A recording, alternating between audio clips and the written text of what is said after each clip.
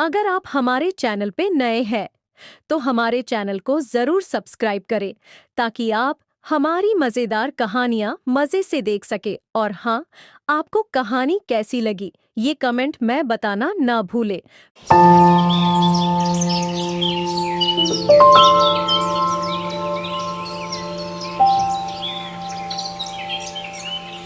बहुत समय पहले की बात है।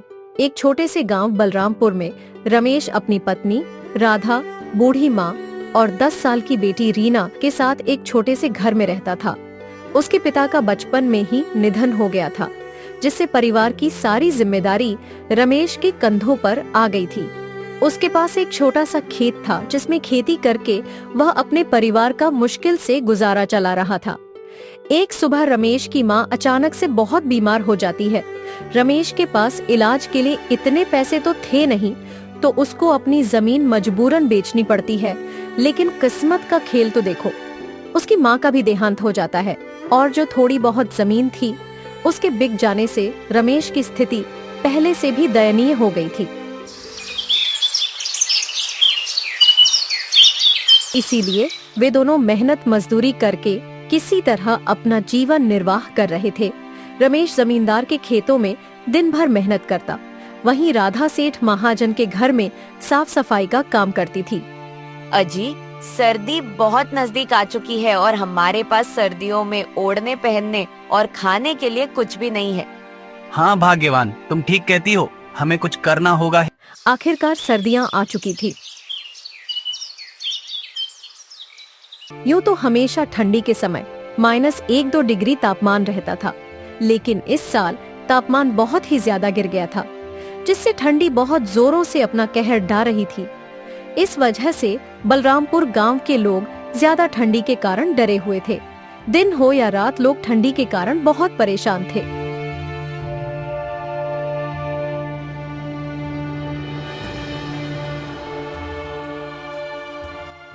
हे भगवान, ये कैसी लीला है आपकी। देख रही हो राधा, इस साल कितनी ज्यादा ठंडी पड़ रही है। इतनी कड़ी ठंडी में काम करना भी बहुत मुश्किल हो गया है। घर से बाहर निकलते ही पैर ठंडी के मारे सुने पड़ने लगते हैं। इतनी ज्यादा ठंडी में तो घर से बाहर निकलने का मन भी नहीं कर रहा। ना जाने इस साल की ठंडी कैसे कटेगी। ठीक है राधा, अब मैं काम पर चलता हूँ, नहीं तो जमींदार गुस्सा करेगा। ठीक है जी, सर्दी में ध्यान रखिएगा।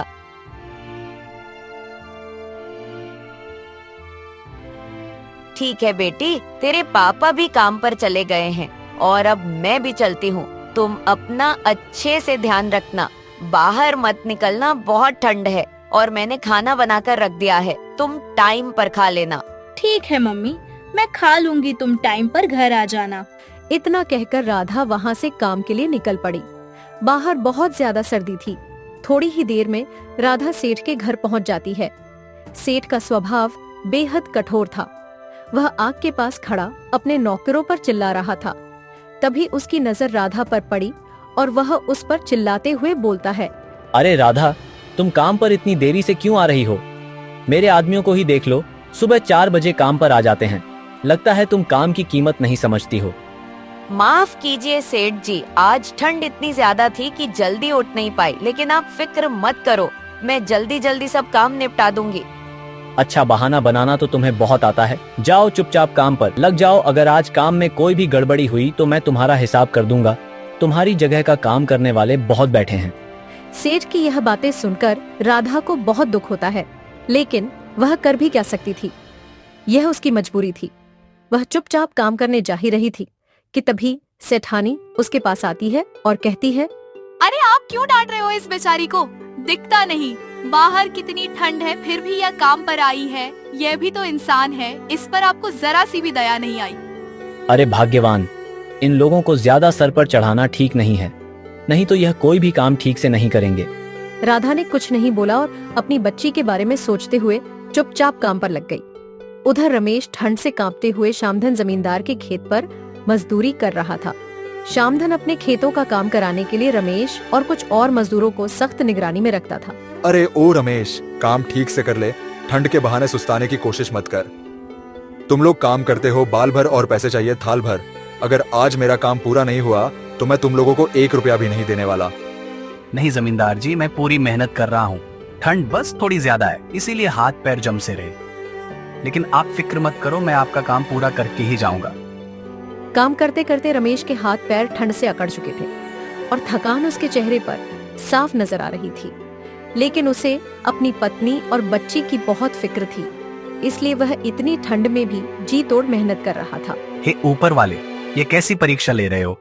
इतनी सर्दी में भी काम करना पड़ रहा है, और अगर मैंने काम छोड़ा तो जमींदार मुझे काम से निकाल देगा और घर कैसे चलेगा? शाम होने को थी।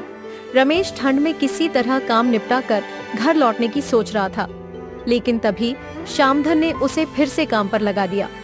ओए रमेश, सुन, आज ये काम पूरा करके ही जाना। अगर थोड़ा सा भी काम छूटा तो समझ तेरी नौकरी तो गई। जी जमींदार, जैसा आप कहे। रमेश चुपचाप फिर से काम पर लग जाता है।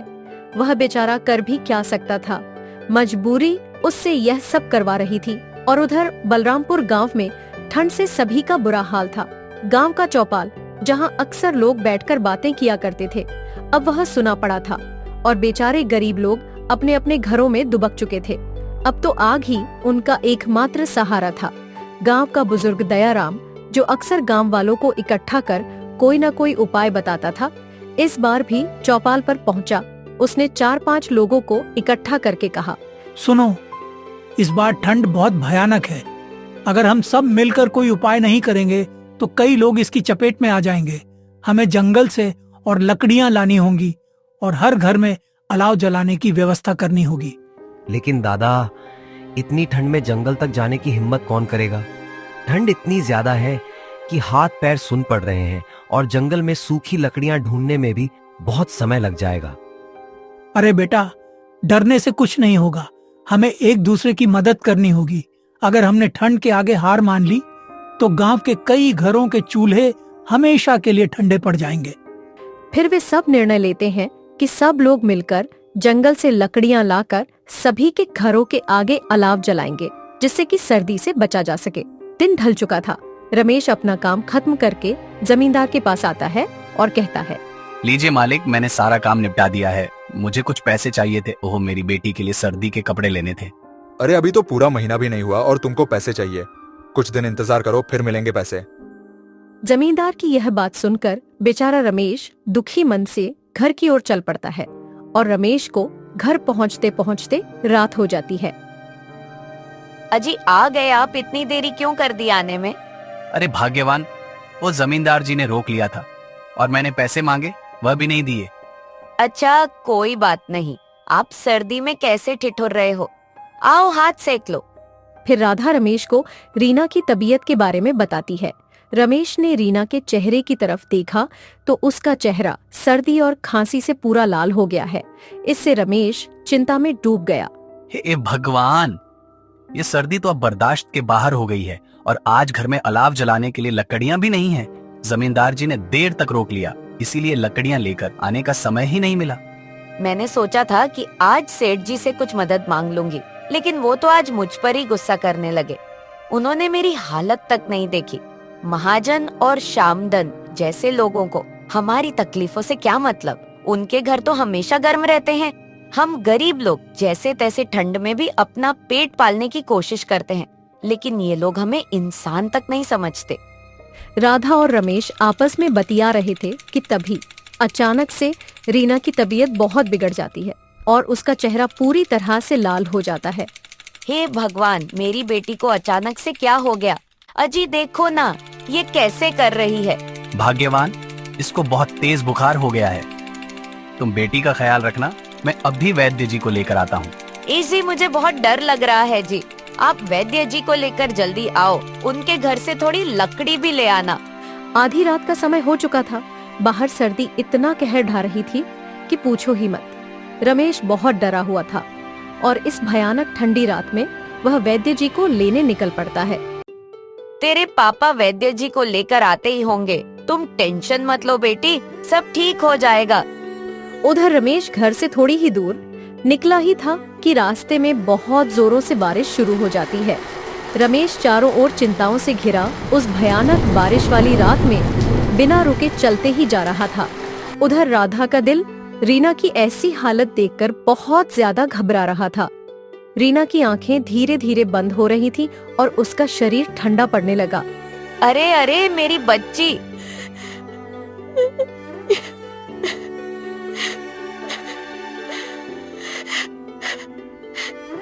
जैसे तैसे रमेश वैद्य जी के घर पर पहुंचता है, पर उनकी बदकिस्मती तो देखो, उस रात वैद्य जी अपने घर पर नहीं थे। उधर राधा इतनी जोर से चिल्लाती है, उसकी चीख उस भयानक काली रात की बरसात को चीरती हुई सीधी रमेश के कानों में पड़ती है। ये चीख इतनी दर्द भरी थी कि हर सुनने वाले की रूह कांप जाती। इसे सुनकर रमेश बहुत घबरा जाता है और वह अपने घर की तरफ दौड़ता है। हे भगवान, राधा इतनी जोर जोर से क्यों चीख रही थी? भगवान करे कोई अनहोनी ना हो। बेचारा घबराया हुआ रमेश दौड़ा दौड़ा घर पहुंचता है। घर के अंदर जाकर जो देखता है उसका कलेजा फट सा जाता है। अरे राधा, ये क्या हुआ? और रीना की आंखें क्यों बंद है? रीना को क्या हुआ? भगवान ने हमसे हमारी बच्ची छीन ली।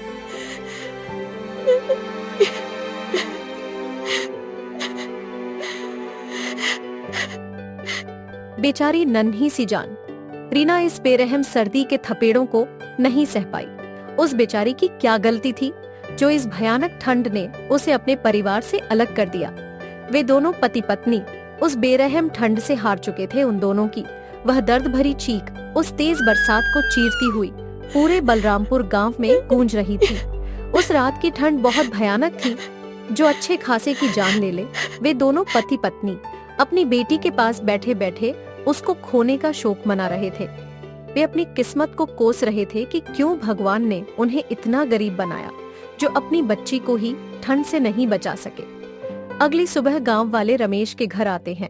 रमेश और राधा को अपनी बेटी के साथ घर के अंदर एक दूसरे का हाथ पकड़े ठंड से जम चुके पाया उनके चेहरों पर एक अजीब सी शांति थी, मानो उन्होंने अपने बेटी के पास पहुंचकर सुकून पा लिया हो। बलरामपुर गांव के लिए यह एक और त्रासदी थी। ठंड ने एक और परिवार को खत्म कर दिया। दोस्तों, हमारे आसपास भी बहुत सारे ऐसे गरीब और लाचार लोग हैं जो मौसम की मार से अपनी जिंदगी गंवा देते हैं।